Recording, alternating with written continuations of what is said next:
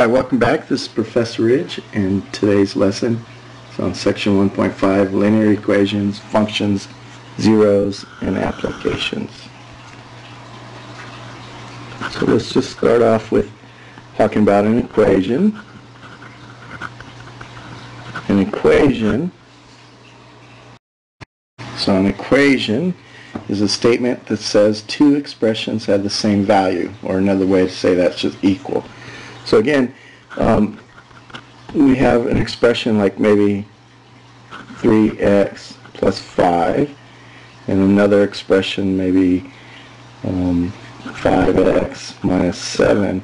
And if we're saying they represent the same value, you put the equal sign in the middle. So what makes an equation basically is the equal sign.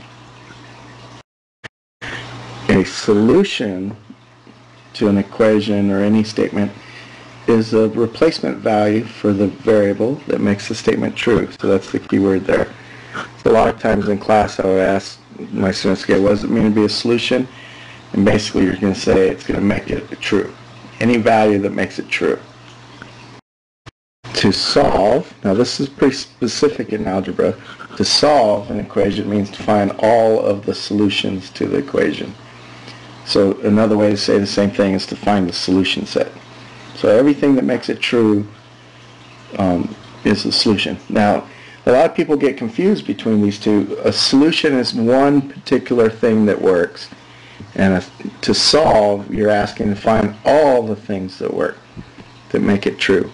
So an example, if I said x squared equals 4, and I was told to solve, and you said, well, x equals 2 since 2 squared equals 4, I would say, nope, that's not right. You didn't solve it. 2 is a solution. 2 is a solution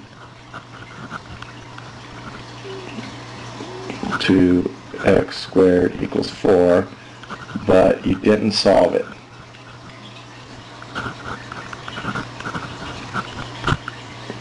Did not solve it. Okay, because since you didn't find all of them. So if you said x squared equals 4, you said x equals 2 or x equals negative 2. So the solution set's negative 2, 2. Now you solved it.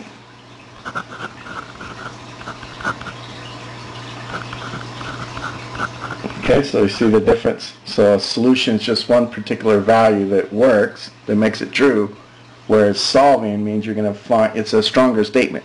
You're saying, hey, not only is negative 2 and 2 solutions to this equation, there's nothing else. This is it. This is all of them. A linear equation in one variable is an equation that can be expressed in the form mx plus b equals 0. Now again, they can be expressed, so it doesn't have to be this way. So the example I wrote at the top, 3x plus 5 equals 5x minus 7, that is a linear equation because you can use your transformations, subtract 5x from both sides, add 7 to both sides to get an equation that looks this way. Okay, so the actual key to being a linear equation in one variable is obviously you have one variable and the degree is 1. So just one variable.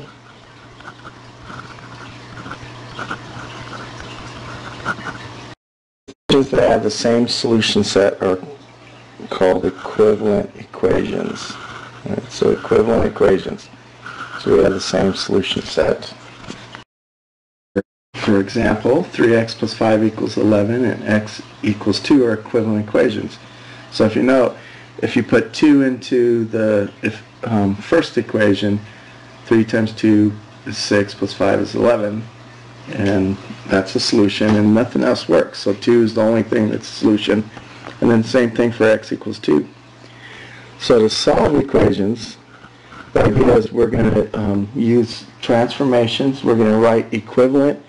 We're going to find an equivalent equation where you have x all by itself, and then it's just easy to read off. You don't have to think real hard. Hey, the only thing that works for this is x equals 2, because you can just read it. So that's the idea to solve an equation. Okay, so to find equivalent equations, so we can isolate the variable, you can just follow our equation solving principles. Other books refer to this as the properties of equality. For any real numbers, a, b, and c, the addition principle states that if you have this equation, a equals b, then you can add any number you want to both sides and it gets you an equivalent equation. So a equals b is equivalent to a plus c equals b plus c. So the thing to note is you're adding some number to both sides of the equation. And the multiplication principle, same thing. If you have an equation a equals b, that's going to be equivalent to, and pick any number you want and multiply both sides by that number, ac equals bc.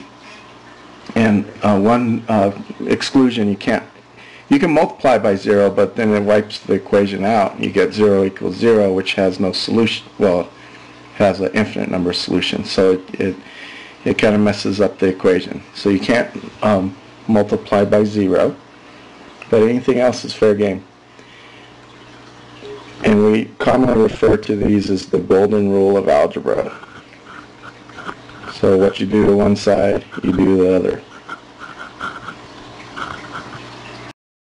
Okay, so the idea, and notice we didn't write a subtraction principle or division principle because subtraction is adding the opposite, so it's covered, and division is multiplying by the reciprocal, so it's covered. So even though I want to remember your goal is going to get x by itself. We're going to transform this equation to isolate x.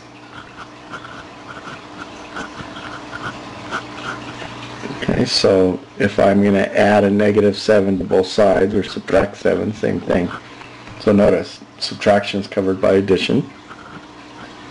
And that transforms this equation into an equivalent equation that's 5x, because you're going to work on, technically, you don't have to show that. I just write -7 on both sides. But technically, that's what I'm doing. And then 22 minus 7 is 15. Now I'm going to multiply both sides by the reciprocal of 5, or divide both sides by 5. Right? So that's the same thing as multiplying by 1/5. So division again is covered. And then you get x equals 3. Now if you notice, which equation is easier to figure out what's the solution? The top equation, 5x plus 7 equals 22, or the bottom one? And obviously x equals 3, you can just read off the solution, and you know that nothing else will make that true, so now you've solved it. Okay? So that, you could solve the other one with, thinking about, well, what works and does anything else work? Same thing, but that takes a lot more thought process. So we learned this process of how do you take an equation, find the equivalent equation that's simpler, and then get it so you just get the x by itself. So that's kind of the logic behind solving equations.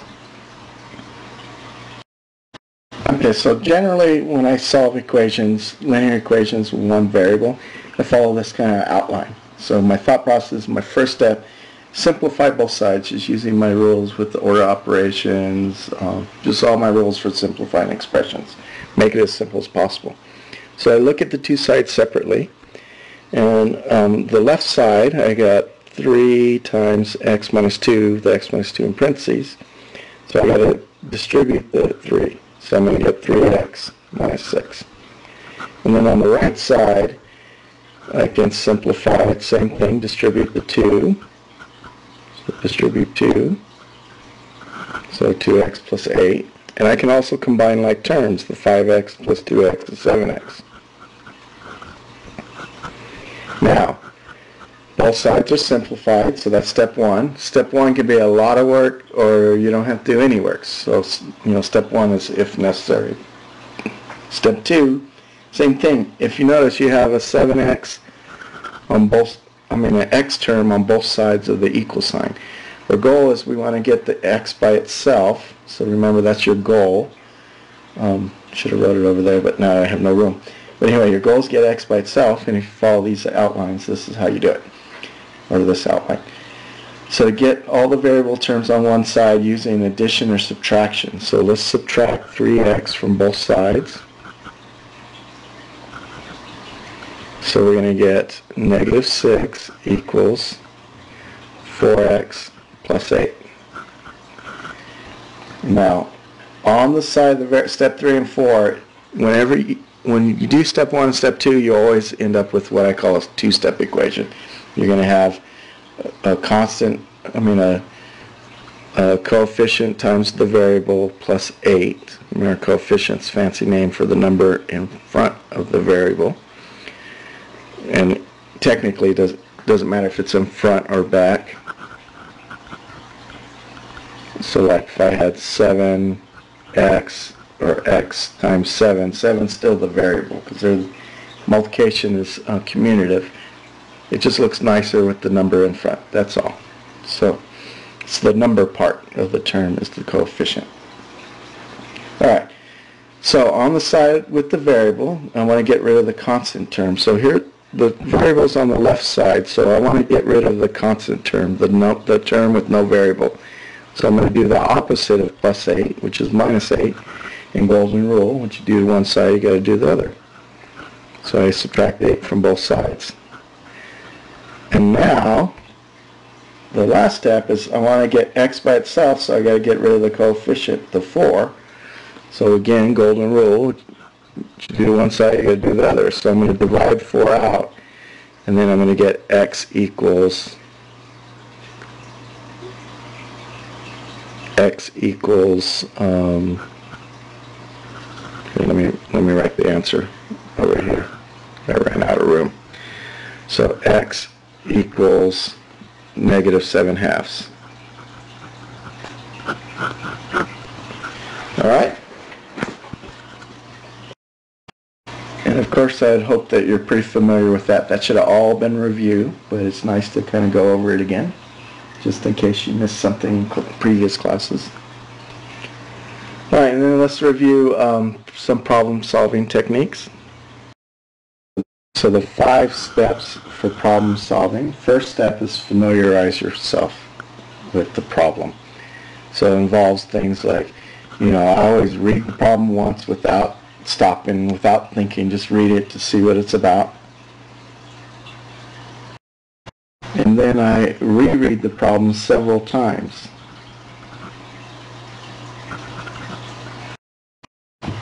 And so our goal, we're rereading it several times, we're going to organize the information. So I might want to do something like make a drawing, make a diagram. Also, I need to assign some variables for my unknown quantities. Look for any relationships that's given between the quantities.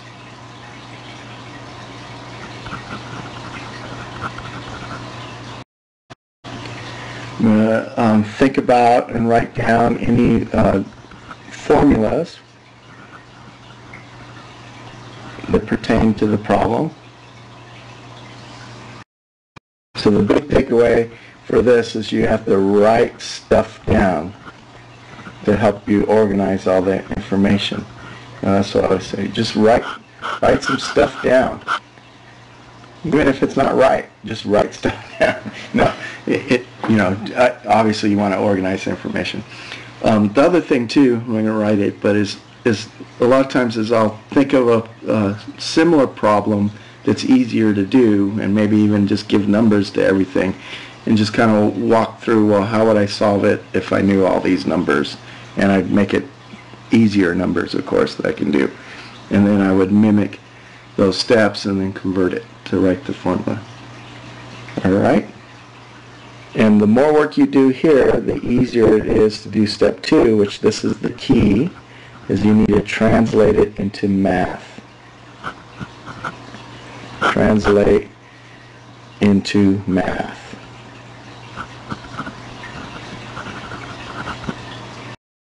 Once you translate it, then of course you can just solve the equation.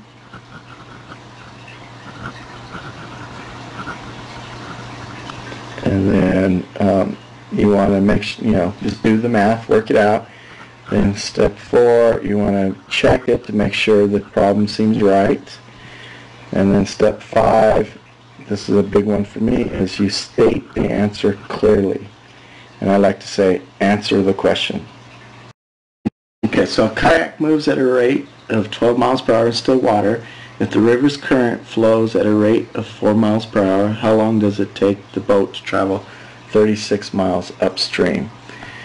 So my first read, I know, okay, it's a distance problem, so I write down distance equals rate times time.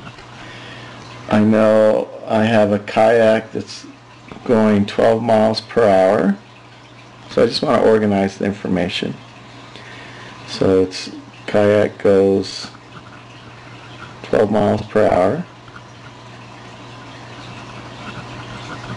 It's 12 miles per hour. And the river's current, so the current is 4 miles per hour. And I want to know how long it'll take to go the 36 miles. So usually what I do with distance, rate times time, I don't need to with this one because it's a pretty simple one. I already, from doing 1,000 of these, I already have an idea of what's going on. But typically when I do a distance equals rate times time, I make a chart. Again, this one is kind of overkill to do that. So I'm going to do distance, rate times time. And then I'm going to go upstream. Now, you got to note that upstream,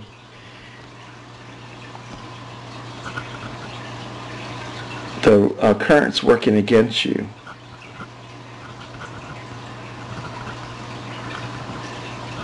And that's going to be the rate of the kayak plus or minus the current. So in this case it's going to be 12 minus 4, which is going to be 8 miles per hour. So the rate upstream is going to be 8 miles per hour, which is 12 minus 4, times time, which we don't know, so that's going to be my variable, t, and we want to go 36 miles. And so normally I use the chart for these, like if we're talking about going upstream and downstream, and I can use that. But again, I don't need it for this one. It's pretty simple. So there's my equation, 8t equals 36.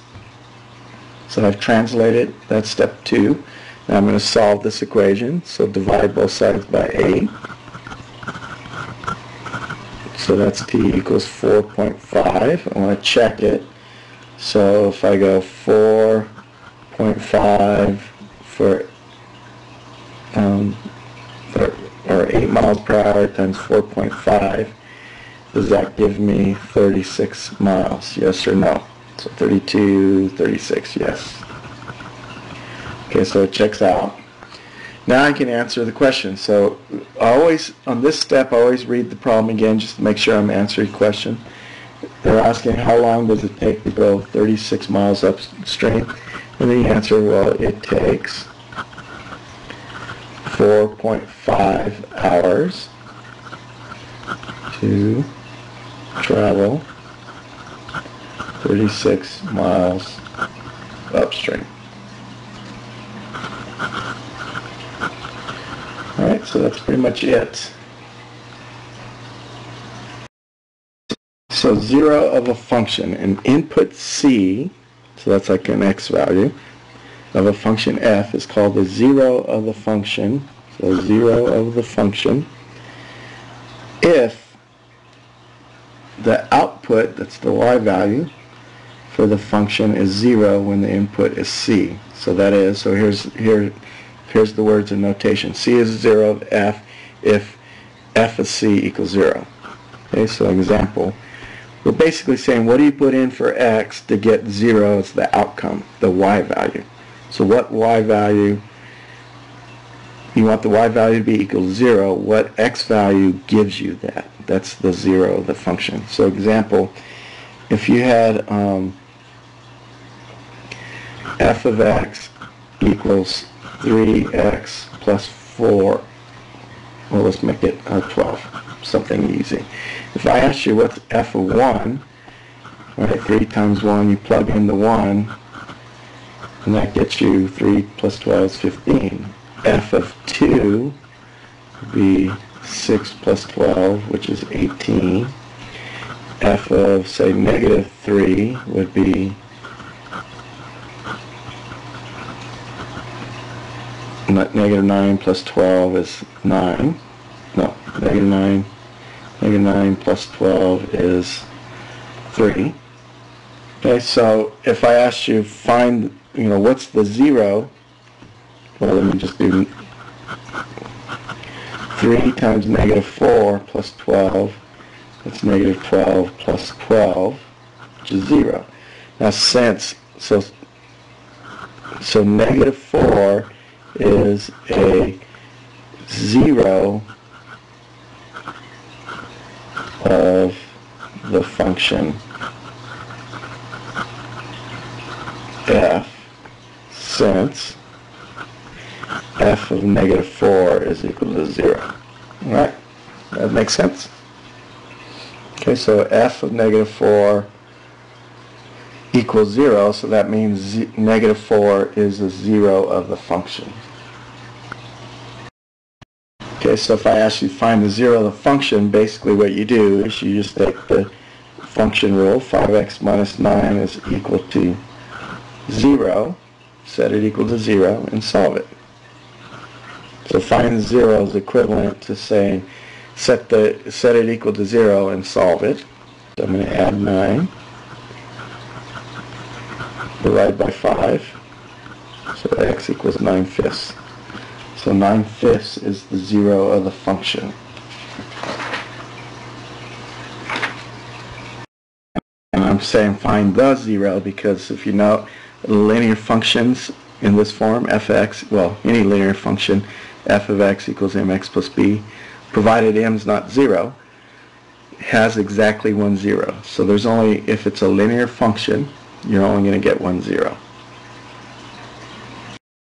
Okay, so if I find the 0 of f of x,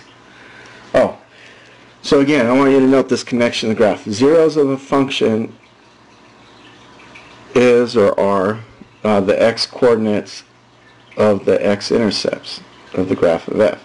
So for example, if we have the equation f of x equals negative 2x plus 2, and I ask you to find the 0, so you set it equal to 0, we'll solve it, x equals 1, and then if I ask you to graph this function, the y-intercept's 2, slope's negative 2, down 2 over 1, so you get that, and notice that the x-intercept is the point 1, 0,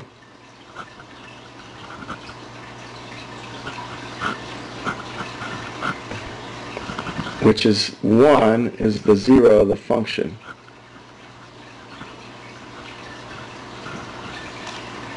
Okay, so that's the connection.